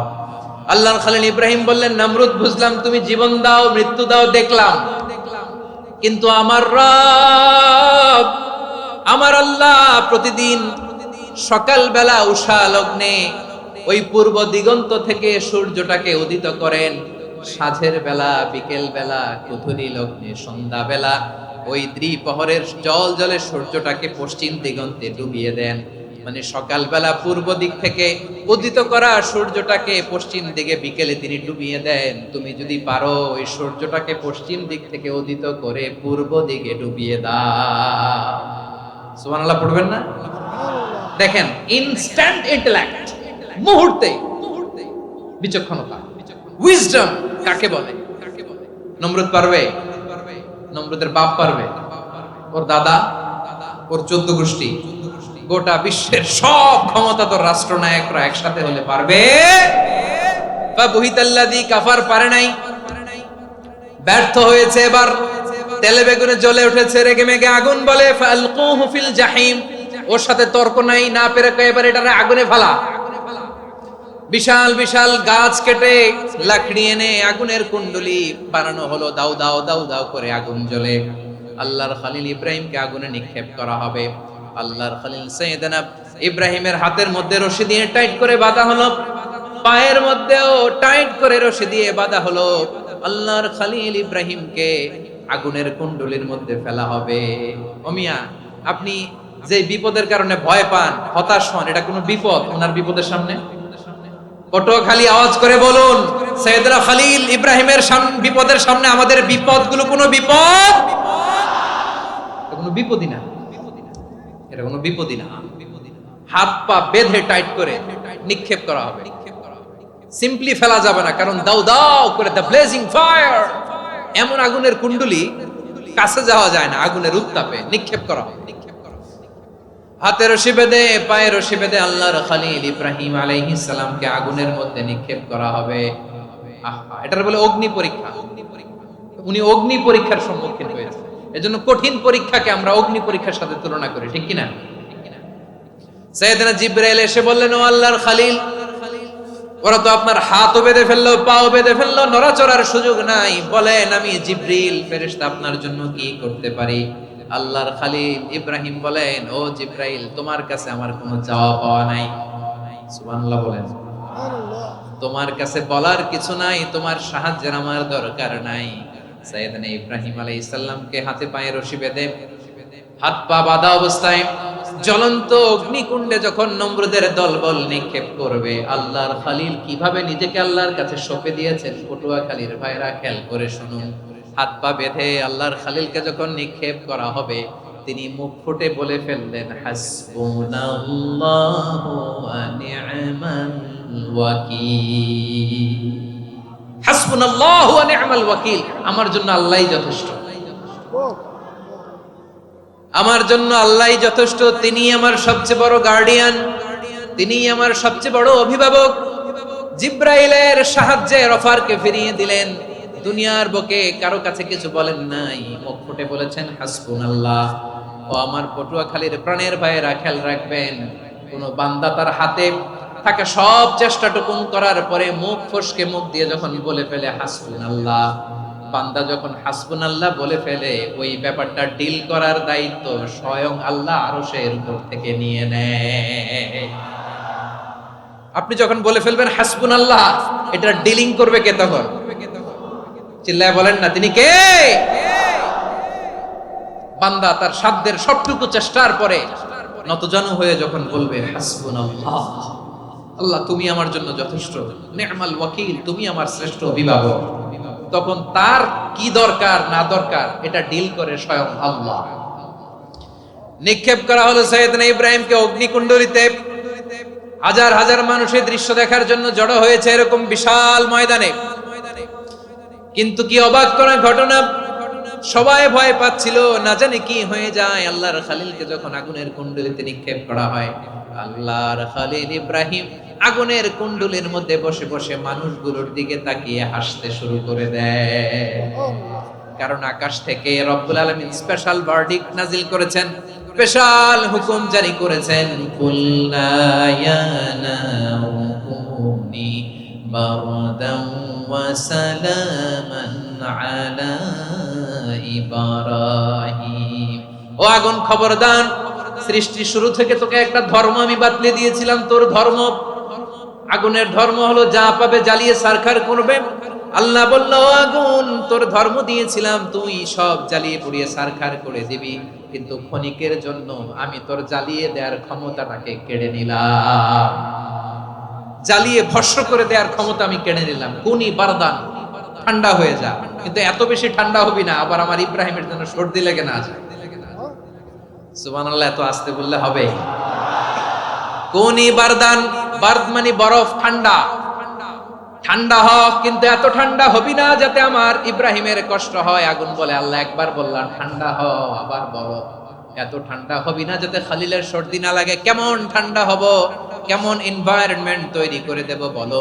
আল্লাহ বললেন, সালামান আলা ইব্রাহিম, আমার খলিল, আমার কলিজা, আমার ইব্রাহিমের জন্য তুই জান্নাতের গুল বাগিচা হয়ে যা। ও ভাই, নবী মুসার মতো ঈমান হলে রাস্তা হবে সাগর জলে, নবী ইউসুফের মতন ঈমান হলে একে একে দরজা খোলে, নবী ইব্রাহিমের মতন ঈমান যদি আজও থাকে বিদ্যমান, অগ্নিকুণ্ডে দেখতে পাবে খুবসুরতে ফুল ভাগা। কুলনা ইয়া নারু কুনি বারদান ওয়া সালামান আলা ইব্রাহিম। বান্দা যখন মুখ দিয়ে বলে হাসবুনাল্লাহ, আমার আল্লাহ আমার জন্য যথেষ্ট, এই বলে যখন নিজেকে সঁপে দেয়, তার কি লাগবে ওই দায়িত্ব স্বয়ং নিয়ে নেয় কে? সবাই বলেন, স্বয়ং নিয়ে নেয় কে? তাহলে আমার প্রিয় ভাইরা, বিপদের শুরুতেই আমরা বলবো ইন্না লিল্লাহ। শুরুতে কি বলবো? এরপরে যেই বাক্যটা পড়ে নিজের পরিস্থিতিকে আল্লাহর দরবারে সঁপে দিব, সেটা হচ্ছে হাসবুনাল্লাহ। সেটা কি? বিষ্ণু বলেন লা ইয়াজালু লিসানুকা রাতাবান মিন যিকরিল্লাহ। সব সময় আল্লাহর স্মরণ দিয়ে, জিকির দিয়ে জিহ্বাটারে সিক্ত রাখো। আর শয়তানু জাসিমুন আলা কলবি ইবনে আদম, শয়তান বনি আদমের কলবে খামচি মেরে বসে থাকে। ফাইদা যাকারাল্লাহ খানাসা, মানুষ যখন আল্লাহর স্মরণ করে জিকির করে, শয়তান দৌড়ে পালায়। ওয়া ইদা গাফালা ওয়াসওয়াসা, যখনই বনি আদম গাফেল হয়, তখনই শয়তান তার হৃদয়ে ওয়াসওয়াসা দেয়। এজন্য বিপদে পড়লে ইন্না লিল্লাহ, নিজের সব টুকুন করার পরে, নিজের রোল প্লে করার পরে নিজেকে আমরা কি বলে সঁপে দিব? সবাই বলেন, সবাই বলতে হবে, আরো জোরে বলে, মনে থাকবে। বিপদে পড়লে প্রথমে ইন্না লিল্লাহ, এরপরে নিজেকে যখন সঁপে দিব তখন হাসবুনাল্লাহ। এরপরে কঠিন বিপদ যদি যখন বিশ্বনবী পড়তেন, তখন কি করতেন? এমন বিপদ মাঝে মাঝে হয় না, দেয়ালে পিঠ থেকে যায়, চোখে মুখে অন্ধকার, কি করব দিশা খুঁজে পাই না, এরকম হয় কখনো? হ্যাঁ, আপনাদের হয়? হয় না? তো জান্নাতে আছেন আপনারা। হয় হয় এরকম হয়েছে না যে দেয়ালে পিঠ থেকে গেছে, চোখে মুখে অন্ধকার, কই যাব, কি করব, বাঁচানোর কেউ না, এরকম হয়েছে কখনো আপনাদের? যদি হয় তাইলে এটার সলিউশন বলবো, না হইলে তো এগুলো বলে লাভ নাই। হয় হয় হয় বিশ্বনবী এরকম কঠিন বিপদে পড়েছেন জীবনের কিছু কিছু মুহূর্তে। ওই মুহূর্তে বিশ্বনবী স্পেশাল দুইটা দোয়া পড়তেন। এই দোয়াগুলো আপনাদেরকে জানিয়ে দেয়। বিশ্বনবী বলেন, কঠিনতম বিপদে যখন পড়বা, দেয়ালে পিঠ থেকে যায়, চোখে মুখে অন্ধকার, বাঁচার কোনো উপায় নাই, তখন পড়বা লা ইলাহা ইল্লা আনতা সুবহানাকা ইন্নী কুনতু মিনাজ জালিমিন। আল্লাহ, তুমি ছাড়া কোনো ইলাহ নাই, তুমি পবিত্র, নিশ্চয় আমি জালিমদের অন্তর্ভুক্ত। সুবহানাল্লাহ বলেন। এই দোয়া সাইয়েদনা ইউনূস আলাইহিস সালাম পড়েছিলেন যখন মাছের পেটে ছিলেন। কিসের পেটে? এবং অনেক মুফাসসিরিন একরাম বলেছেন, অনেক আহলুল ইলমরা বলেছেন, এটা হচ্ছে ইসমে আজম। ইসমে আজম এমন দোয়া যেটা দিয়ে দোয়া করলে আল্লাহ দোয়া কবুল করে, কিন্তু এটা কোনটা, এটা নিয়ে ইখতিলাফ আছে। কোন আহলুল ইলম বলেন লা ইলাহা ইল্লা আনতা সুবহানাকা ইন্নী কুনতু মিনাজ জালিমিন, এটা হচ্ছে ইসমে আজম। সাইয়েদনা ইউনূস আলাইহিস সালাম পড়েছেন। আপনারা পড়েননি? তুফান হইলে পড়েন না? আমাদের এলাকায় তো এটা খুব, এটার উপর ব্যাপক আমল আছে। পড়েন পড়েন পড়েন পড়েন। একটা গল্প শুনেছিলাম, পাক হানাদার বাহিনী যখন বাংলাদেশে অ্যাটাক করত, ৭১ সালের ঘটনা বলতেছি, আমরা তো দেখি নাই, শুনছি আর কি। ৭১ যদি দেখতাম, এতদিনে রাজাকার হয়ে যেতাম। আল্লাহ আমাদেরকে বাঁচাই দিছে, আল্লাহর মেহেরবানি, ঠিক কিনা বলেন? মন মতো হইলে মুক্তিযোদ্ধা, মন মতো না হইলে রাজাকার। কত কিছু দেখলাম এই শাহবাগের বুকে। আল্লাহ, ৭১ সালে দেখি নাই, আমরা শুনেছি পাক হানাদার বাহিনী জিজ্ঞেস করত মুসলিম না অমুসলিম চেক করার জন্য, বলতো কালেমা বল, কালেমা বাতাও। তো যারা কালেমা বলতে পারতো, পাকিস্তানি বাহিনী নাকি ওদেরকে ছেড়ে দিত, শুনেছি। তো একজনকে, এক বাঙালিরে পেয়ে তার মাথার মধ্যে বন্দুকের নল ধরে বলতেছে কালেমা বল, সালে কালেমা বাতা, কালেমা বল। তো ভয়ের চোটে এই দোয়া পড়া শুরু করছে। ও পড়তেছে লা ইলাহা ইল্লা আনতা সুবহানাকা ইন্নী কুনতু মিনাজ জালিমিন। পাকিস্তানি বলে সালে ইয়ে তো মুসিবত কা কালেমা है, বাঙালি কয় হাম তো ভি মুসিবত মে है। পাকিস্তানি বলে বেটা কোন দোয়া বললি, এটা তো মুসিবতের কালেমা। কয় আমিও তো মুসিবতে আছি, আমার মাথার মধ্যে বন্দুক ধরে তুমি আমারে কালেমা জিজ্ঞেস করো, এখন কোনটা কালিমা আর কোনটা কি দোয়া, আমার হুঁশ আছে নাকি?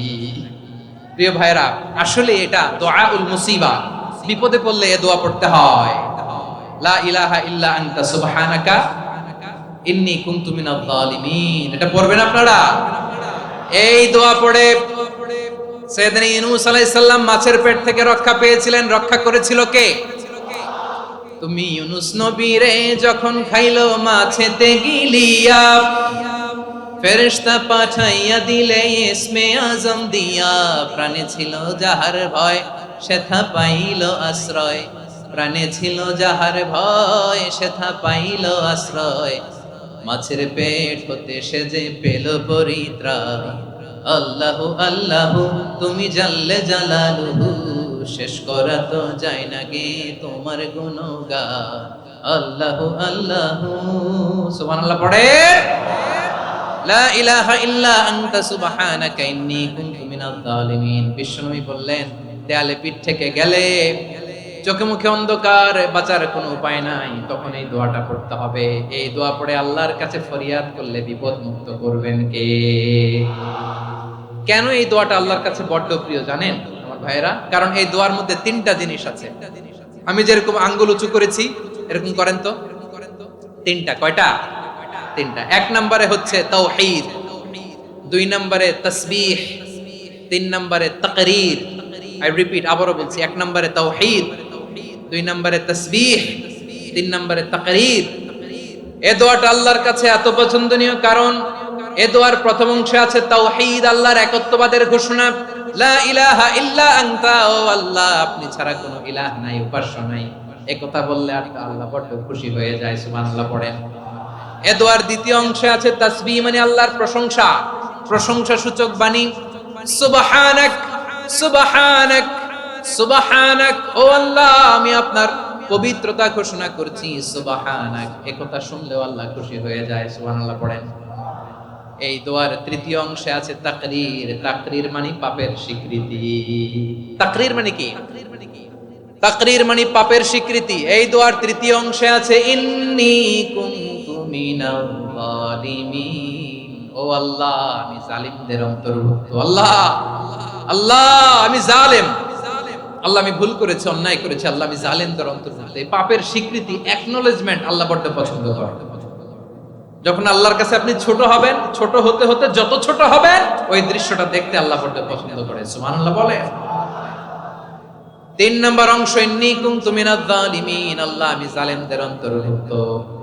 সাইয়েদনা আদম আলাইহিস সালাম ভুল করে যখন নিষিদ্ধ গাছের ফুল খেয়ে ফেললেন, ফল খেয়ে ফেললেন, আল্লাহ বললেন আদম ক্ষমা পেতে চাইলে তুমি আর হাওয়া মিলে স্বীকৃতি দাও, পাপের স্বীকৃতি আর পড়ো। রব্বানা যালামনা আনফুসানা ওয়া ইল্লাম তাগফির লানা ওয়া তারহামনা লানাকুনান্না মিনাল খাসিরিন। ও আল্লাহ আমি আদম আর হাওয়া যালামনা আনফুসানা, আমরা আমাদের নফসের উপর বড় জুলুম করেছি। আল্লাহ ওয়া ইল্লাম তাগফির লানা ওয়া তারহামনা, আপনি যদি ক্ষমা না করেন, আপনি যদি দয়া পরবশ না হন, আপনি যদি রহম না করেন, আমরা তো ক্ষতিগ্রস্তদের মধ্যে শামিল হয়ে যাব। এই দোয়া করার সাথে সাথে সাইয়েদনা আদম আর হাওয়া আলাইহিস সালামকে ক্ষমা করে দিলেন কে? তাহলে এই দোয়ার তিন নম্বর অংশ তাকরীর, এটা আল্লাহ বড় পছন্দ করে। আমার কলিজার টুকরা ভাইয়েরা, গুনাহ করে শিকার যেতে হবে, এটা আল্লাহ ভালোবাসেন। সাইয়েদনা আবু বকর রাদিয়াল্লাহু তাআলা আনহু বিষ্ণু ইসা ইসলামকে বললেন, ইয়া রাসূলুল্লাহ আল্লিমনি দুআআন আদউ বিহি ফি সালাতি, নবী হে আপনি আমার এমন একটা স্পেশাল দোয়া শিখায়া দেন যে দোয়াটা আমি নামাজে পড়ব। নবী বললেন, তাহলে তুমি পড়ো আল্লাহুম্মা ইন্নী যালামতু নাফসি যুলমান কাসীরান ওয়া লা ইয়াগফিরুয যুনুবা ইল্লা আনতা ফাগফিরলি মাগফিরাতাম মিন ইনদিকা ওয়ারহামনি ইন্নাকা আনতাল গফুরুর রহিম। সুবহানাল্লাহ। সালাম ফিরানোর আগে পড়েন, কথা কয় না, পড়েন পড়েন। ও ও আবু বকর, নামাজে যদি দোয়া করতে মনে চায় এই দোয়াটা পড়বা, আল্লাহুম্মা ইন্নী যালামতু নাফসি, আল্লাহ জুলুম করেছি আমার নফসের উপর, যুলমান কাসীরা, অনেক জুলুম, ওয়ালা ইয়াগফিরু যুনুবা ইল্লা আনতা, আপনি ছাড়াই যুনুব, এই পাপ ক্ষমা করার দ্বিতীয় কোনো রব নাই। আছে? আল্লাহ ছাড়া আমাদের গুনাহ আর কে কে ক্ষমা করতে পারে বলেন তো? কে পারে? কে? এজন্য আল্লাহরে বলবেন, আল্লাহ আমি ছাড়া তোমার গোলামের অভাব নাই, ও আমার রব আমি ছাড়া এই জমিনের বুকে তোমার গোলামের অভাব নাই, কিন্তু তুমি ছাড়া তো আমার দ্বিতীয় কোনো রব নাই। পারবেন বলতে? পারবেন? চোখের পানি ছেড়ে আল্লাহরে বলবেন, আল্লাহ তুমি আমার রব, তুমি আমার সব। কি বলবেন? আল্লাহ আমারে রব। সবাই বলুন, আল্লাহ আমারে রব, দমে দমে তনু মনে তারিও রব, আল্লাহ আমারে রব। আল্লাহরে বলেন, আল্লাহ তুমি আমার রব, তুমি আমার সব। আল্লাহ আমি ছাড়া এই জমিনে তোমার গোলামের অভাব নাই, তুমি ছাড়া আমার দ্বিতীয় কোনো রব নাই। এ কথা বলে চোখের পানি ছেড়ে আল্লাহরে স্বীকৃতি দেন, আল্লাহ আমি পাপী, আল্লাহ জামিনে আমার চেয়ে বড় পাপী আর কেউ নাই। ওযু করে সিজদায় লুটিয়ে পড়ে চোখের পানি ছেড়ে আল্লাহরে পাপের স্বীকৃতি দেন, আল্লাহ এমন কোন জুলুম নাই, গুনাহ নাই আমি করি নাই, সগীরা কবিরা, জেনে না জেনে, ইচ্ছায় অনিচ্ছায়, শিরকি বেদাতি সব গুনাহ করেছি। আল্লাহ আকাশের নিচে জমিনের উপরে আমার চেয়ে বড় গুনাহগার আর কেউ নাই। চোখের পানি ছেড়ে আল্লাহরে বলেন, আল্লাহ আমি ছাড়া তোমার গোলামের অভাব নাই, তুমি ছাড়া আমার দ্বিতীয় কোনো রব নাই, তুমি ছাড়া তো কেউ আমার গুনাহ ক্ষমা করার নাই, তুমি আমার রব, তুমি আমার সব। বলতে পারবেন?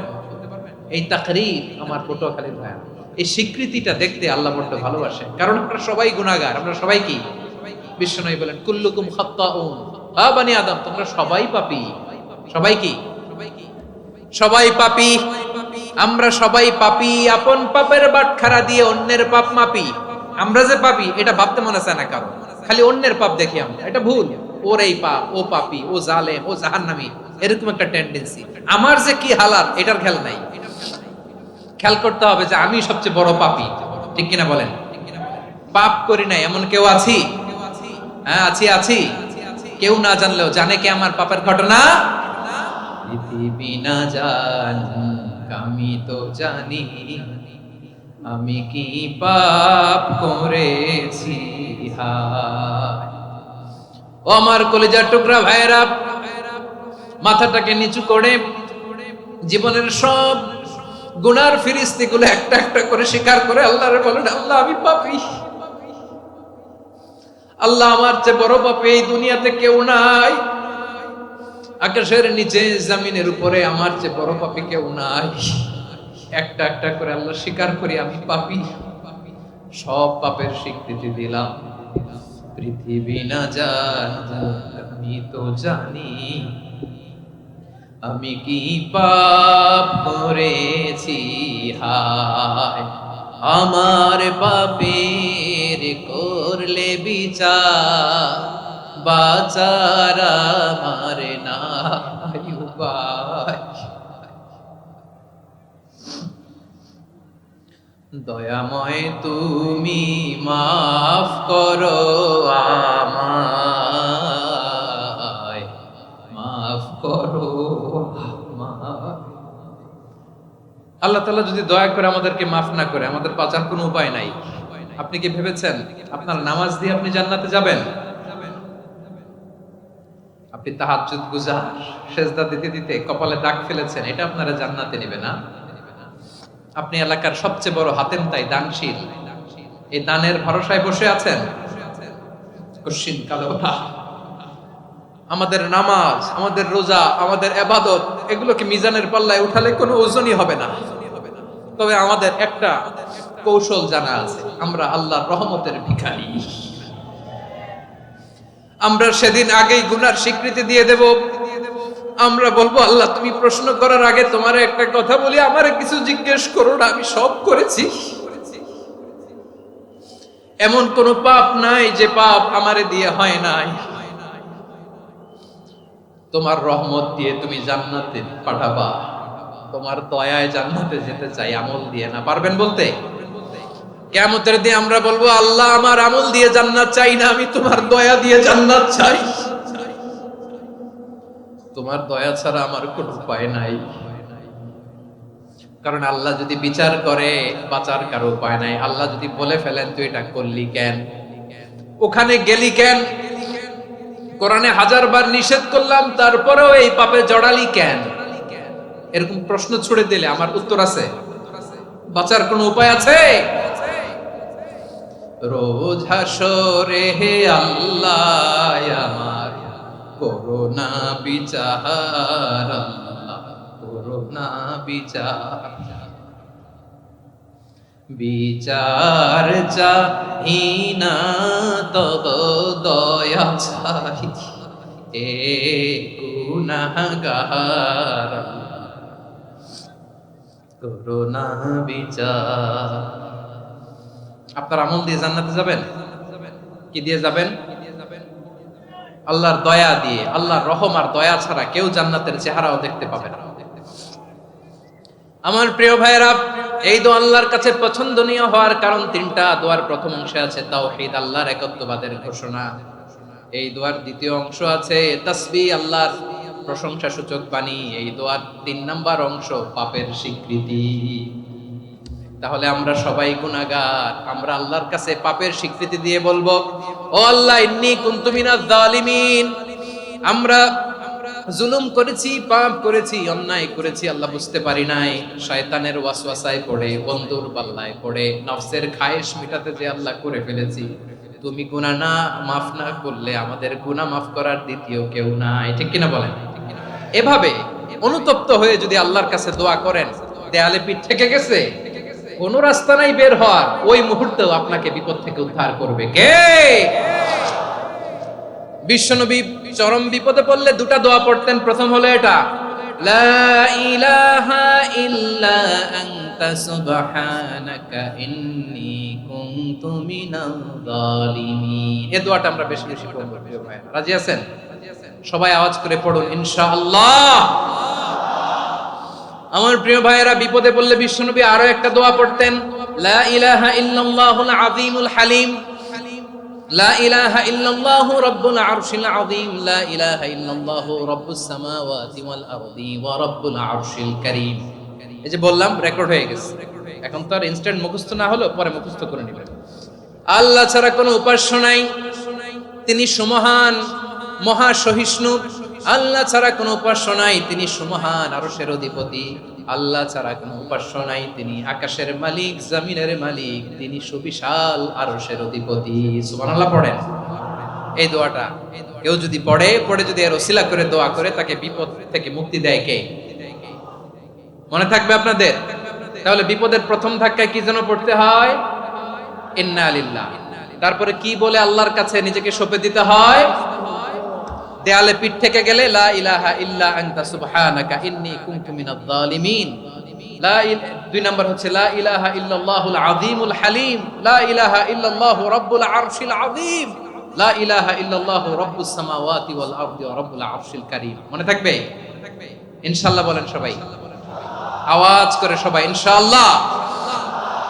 অনেক সময় এমন হয়, হঠাৎ বিপদের সম্মুখীন হই আমরা, রেডি হয়ে বের হইছে অফিসে, হঠাৎ অ্যাক্সিডেন্টে পড়ে যাই, হঠাৎ পেটের ব্যথায় অজ্ঞান, এরকম হয় না? আপনাদের হয় না? বিষ্ণু ইসলাম বলেন, আকস্মিক দুর্ঘটনার বিপদ থেকে যদি কেউ বাঁচতে চায়, সকাল সন্ধ্যা যেন প্রত্যেকে এই দোয়াটা পড়ে। সকালে যদি 3 বার পড়ে, সন্ধ্যা পর্যন্ত হঠাৎ হঠাৎ বিপদ থেকে সে রক্ষা পাবে। To be protected from sudden calamity, sudden disaster, sudden calamity, হঠাৎ বিপদ, হঠাৎ ভয়ঙ্কর কোন আকস্মিক বিপদ থেকে আল্লাহ বাঁচায় দিবে। সকালে পড়লে সন্ধ্যা পর্যন্ত প্রোটেক্টেড, সন্ধ্যাবেলায় যদি 3 বার পরে সকাল পর্যন্ত প্রোটেক্টেড। সুবহানাল্লাহ পড়েন। দোয়াটা কি?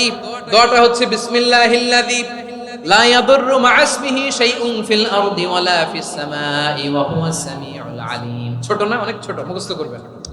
বিসমিল্লাহিল্লাযী লা ইয়াদুররু মা ইসমিহি শাইউন ফিল আরদি ওয়ালা ফিস সামা ওই আল্লাহর নাম নিচ্ছি যে আল্লাহর নামের বরকতে আকাশ জমিনের কোনো কিছু কারো কোনো ক্ষতি সাধন করতে পারে না। তিনি সর্বশ্রোতা সর্বজ্ঞ। সুবহানাল্লাহ পড়েন, পড়বেন এই দোয়াটা। বিসমিল্লাহিল্লাযী লা ইয়াদুররু মা ইসমিহি শাইউন ফিল আরদি ওয়ালা ফিস সামাই ওয়া হুয়াস সামিউল আলিম। ফজরের পরে 3 বার, মাগরিবের পরে 3 বার যদি কেউ পড়ে প্রোটেক্টেড, যে কোনো হঠাৎ বিপদ থেকে প্রোটেক্টেড। প্রোটেক্ট করেন কে? ওই আল্লাহর নাম নিচ্ছি যে আল্লাহর নামের ওসিলায় আকাশ জমিনের কোনো কিছু কোনো ক্ষতি করতে পারে না। সুবহানাল্লাহ পড়েন। আচ্ছা, এবার আমাদের জীবনে দুশ্চিন্তা আছে না নাই বলেন? Tension, hyper tension, anxiety, depression, চিন্তা টেনশন নাই এরকম কে কে আছে দেখি? হাত তোলেন। ওই যে হাত তুলছে এক আল্লাহর ওলি, ওই যে টেনশন নাই তোমার, মাশাআল্লাহ। ও না বুঝে তুলছে, জোকের চোটে, জোশের ঠেলায় ধাক্কায় তুলে ফেলছে। সবার জীবনে টেনশন আছে না নাই? এই দুশ্চিন্তা, পেরেশানি, মারাত্মক পেরেশানি থেকে মুক্তি পাওয়ার জন্য বিষ্ণু ইসলাম দুটো দোয়া পড়তেন। কয়টা? অনেকগুলো পড়তেন। স্পেশাল দুটো দোয়া আজকে আপনাদের শিখায় যাব, শুনবেন না? কষ্ট হচ্ছে? সংক্ষিপ্ত মুনাজাত দিয়ে দেই। ওরে আল্লাহ, আমি তো 9:30 ক্রস করে ফেলছি মাসুদ ভাই, খেয়াল করি নাই। আরো কয়েক মিনিট? ঠিক আছে, ঠিক আছে। পেরেশানিতে পড়লে, টেনশনে পড়লে এই দোয়াটা, প্রিয় ভাইরা, বিষ্ণু ইসলাম যখন খুব বিপদে পড়তেন, দুশ্চিন্তা ওনাকে ঘিরে ধরতো, উনি পড়তেন ইয়া হাইয়ু ইয়া কাইয়ুম বিরহমাতিকা আস্তাগীথ, ইয়া হাইয়ু ইয়া কাইয়ুম বিরহমাতিকা আস্তাগীথ, ইয়া হাইয়ু ইয়া কাইয়ুম, হে শাশ্বত অবিনশ্বর, হে চিরঞ্জীব, বিরহমাতিকা আস্তাগীথ, তোমার রহমতের উসিলায় তোমার কাছে ফরিয়াদ করি। এটা পড়তেন। আবার আরেক বর্ণনায় এসেছে ইয়া হাইয়ু ইয়া কাইয়ুম বিরহমাতিকা আস্তাগীথ আসলিহ লি শা'নি কুল্লাহু ওয়ালা তাকিলনি ইলা নাফসি তারফাতা আইন। আসলিহ লি শা'নি কুল্লাহ, আল্লাহ আমার সবকিছু আপনি সেটেল করে দেন। আমাদের সব ঝামেলা সেটেল করে দিতে পারে কে? আমরা তো সেটেলমেন্টের জন্য ওএসপি সাহেবের কাছে যাই, ডিসি সাহেবের কাছে যাই, অমুক ভাইয়ের কাছে যাই, তমুক ভাইয়ের কাছে যাই। এই দোয়া পড়লে আরশের উপর থেকে আপনার ম্যাটার সেটেল করে দিবে কে? তাহলে পড়বেন ইয়া হাইয়ু, এ চিরঞ্জীব। হাইয়ু মানে চিরঞ্জীব, যিনি চিরকাল বেঁচে থাকবেন, মরবেন না। আল্লাহ মরবেন? তার কোনো লয় আছে? ক্ষয় আছে? সূরা আর-রহমানে আল্লাহ বললেন কুল্লু মান আলাইহা ফানি ওয়া ইয়াবকা ওয়াজহু রাব্বিকা যুল জালালি ওয়াল ইকরাম ফাবিআইয়ি আলাই রাব্বিকুমা তুকাযিবান। জমিনে যা আছে সব ফান, ভ্যানিশ হয়ে যাবে, নিশ্চিহ্ন হয়ে যাবে, শেষ হয়ে যাবে, সব বিলুপ্ত হয়ে যাবে, একজন ছাড়া। জোরে বলেন তিনি কে?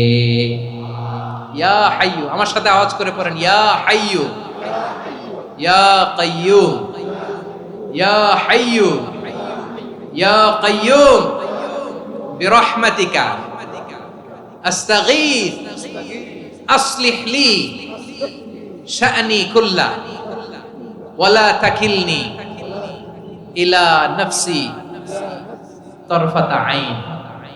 এভাবে দোয়া করলে আপনাকে বিপদ মুক্ত করবে কে? এই দোয়াটা কেন পছন্দ আল্লাহর কাছে? কারণ এখানে আল্লাহর দুইটা সুন্দর নাম আছে, গুণবাচক নাম, আল হাই, আল কাইয়ুম। এই দুটো নাম আছে এখানে। আবার এই দুইটা আয়াতুল কুরসির অংশ। আয়াতুল কুরসির শুরুতে এটা আছে না নাই? হ্যাঁ, আছে না নাই? 3 নাম্বার কারণ এটা ইসমে আজম। কোন দোয়াটা ইসমে আজম? যে দোয়া ওসিলায় দোয়া করলে আল্লাহ দোয়া ফেরায় না। অনেকগুলো মত আছে, সবচেয়ে ভ্যালিড মত হচ্ছে এটা, ইয়া হাইয়ু ইয়া কাইয়ুম। এর ওসিলা দিয়ে দোয়া করলে দোয়া কবুল করে কে? 2 নম্বরে বিশ্বনবী মারাত্মক বিপদে পড়লে আরেকটা দোয়া পড়তেন, আল্লাহুম্মা ইন্নী আবদুক। আগে দোয়াটা পড়ি, শুনেন। আল্লাহুম্মা ইন্নী আবদুক ওয়া ইবনু আবদিক ওয়া ইবনু আমাতিক নাসিয়াতি বিয়াদিক মাদিন ফিয়া হুকমুক আদলুন ফিয়া কাদাউক আসআলুকা বিকুল্লি ইসমিন হুয়া লাক সাম্মাইতা বিহি নাফসাক আও আনসালতাহু ফি কিতাবিক আও আল্লামতাহু আহাদাম মিন খালকিক আও ইস্তা'সারতা বিহি ফি ইলমিল গায়বি ইনদাক আন তাজআলাল কুরআনা রাবিআ কলবি ওয়া নূরা সাদরি ওয়া জালাআ হুজনি ওয়া যাহাবা হাম্মি। সুবহানাল্লাহ পড়েন।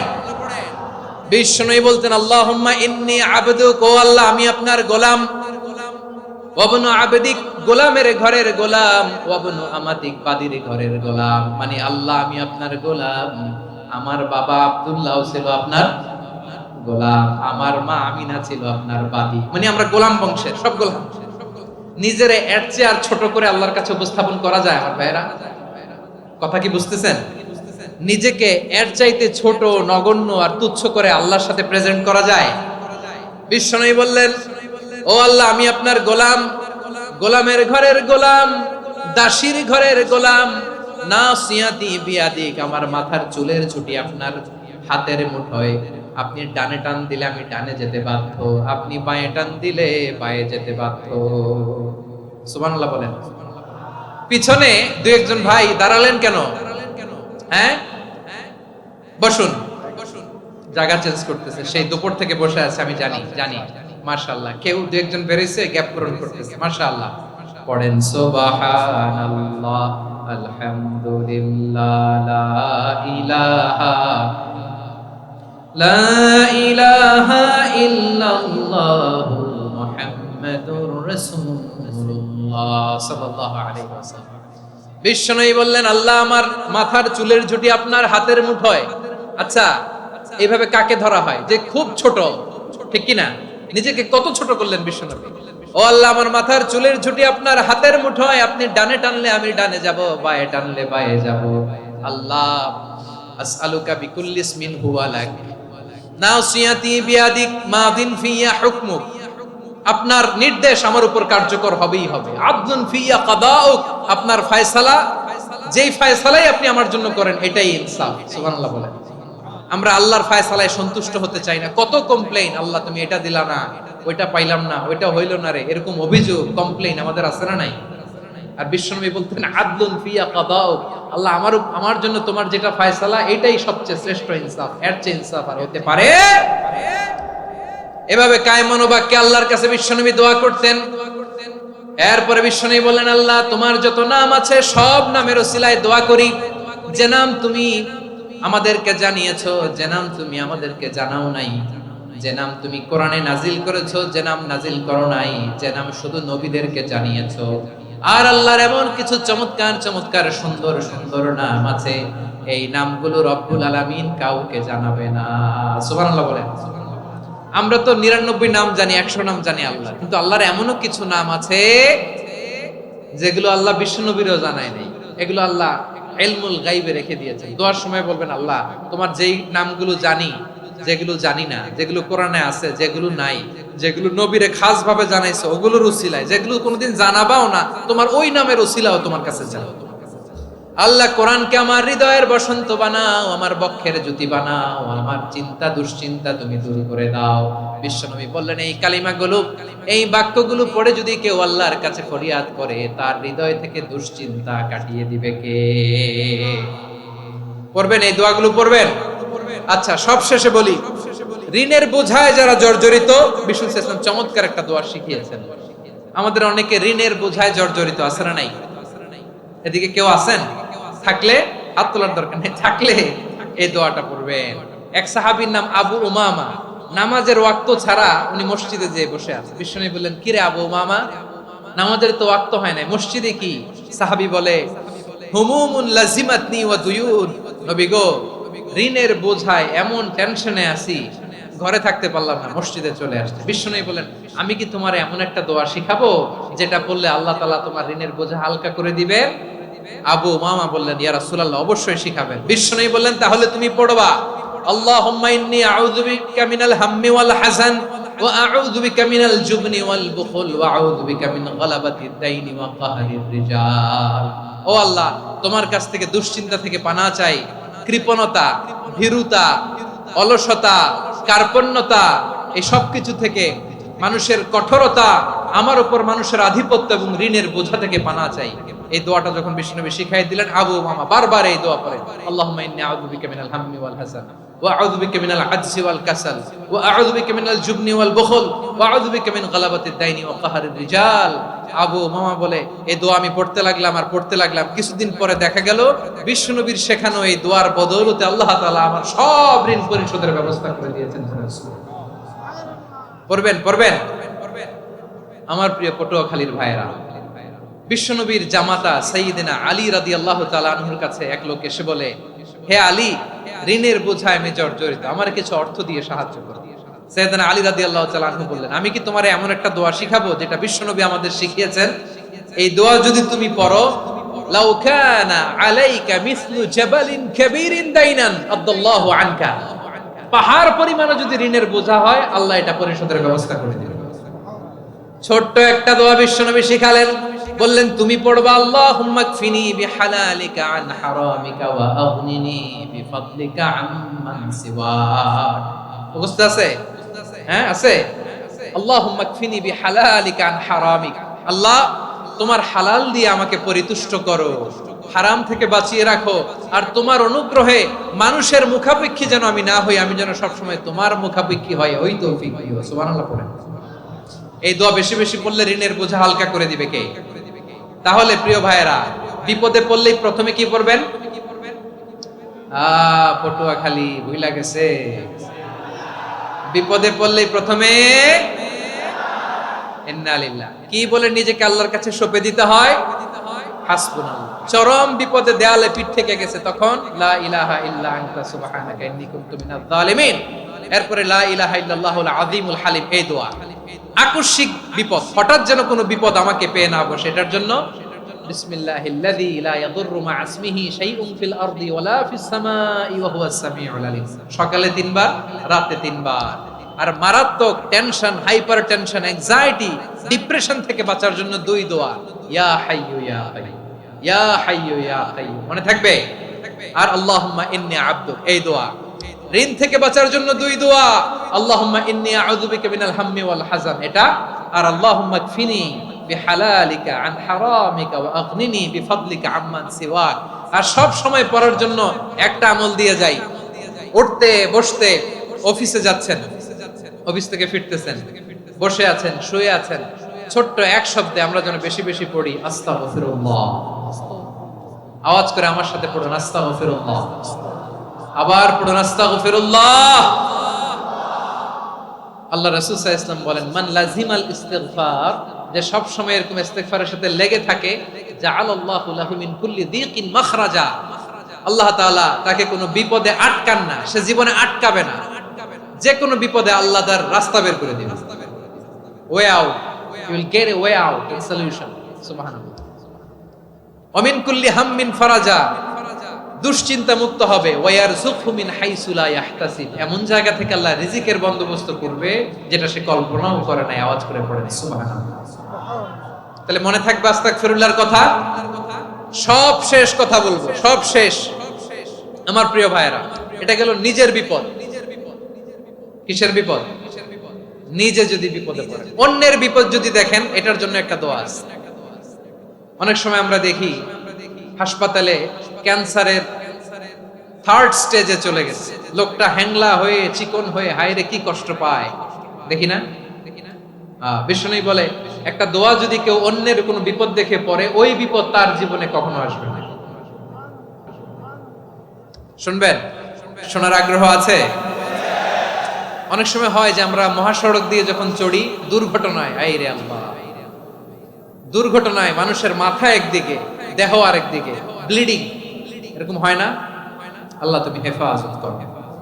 বিশ্বনবী বলেন, এই দুর্ঘটনা দেখে কেউ যদি এই দোয়াটা পড়ে, তার জীবনে সে কোনোদিন এরকম অ্যাক্সিডেন্টের সম্মুখীন হবে না। শুনবেন? বিশ্বনবী বলেন, অন্যের বিপদ দেখে কেউ যদি পড়ে, আলহামদুলিল্লাহিল্লাযী আফানি মিম্মা বাতালাকা বিহি ওয়া ফাদ্দালানি আলা কাসীরিন মিম্মান খালাকা তাফদীলা, মানে প্রশংসা সেই আল্লাহর, যে আল্লাহ তাআলা তোমাকে যেই জিনিস দিয়ে পরীক্ষা করেছে, আমাকে ওইটা থেকে বাঁচিয়ে দিয়েছে।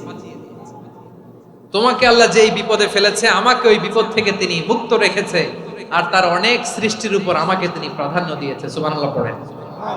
যে কোনো বিপদ, কারো ক্যান্সার দেখে যদি এই দোয়াটা আপনি বিশ্বাসের সাথে পড়েন, জীবনে কোনোদিন ক্যান্সার রোগে আক্রান্ত হবেন না। দুর্ঘটনা দেখে যদি পড়েন, ওই দুর্ঘটনা আপনাকে স্পর্শ করবে না। যে কোনো কারো বিপদ দেখে যদি কোনো বিশ্বাসী বান্দা এই দোয়া পড়ে, বিশ্বনবী বলেন, লাম ইউসিবহু যালিকাল বালা, ওই বিপদ তাকে আর ধরবে না। উফিয়া মিনহু মিন যালিকাল বালা কাইনাম মা কান, সে যতদিন হায়াত পাবে কোনোদিন ওই বিপদ তাকে স্পর্শ করবে না। এই দোয়াটা পড়তে রাজি আছেন আমার প্রিয় ভাইরা? তাহলে পুরো আলোচনার সেন্ট্রাল থিম হচ্ছে আমাদের জীবনে বিপদ আসবে, কষ্ট আসবে, দুঃখ আসবে, কিন্তু বিপদে আপদে আমরা হাল ছেড়ে দিব না, হতাশ হব না। মুমিন হতাশ হয় না, নিরাশ হয় না, হাল ছেড়ে দেয় না।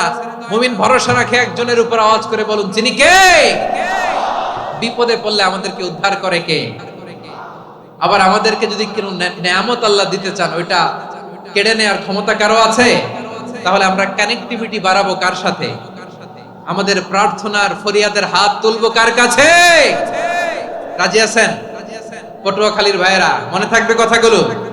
আল্লাহ তাআলা আমাদের সবাইকে কথাগুলো বোঝার ও আমল করার তৌফিক দান করুন।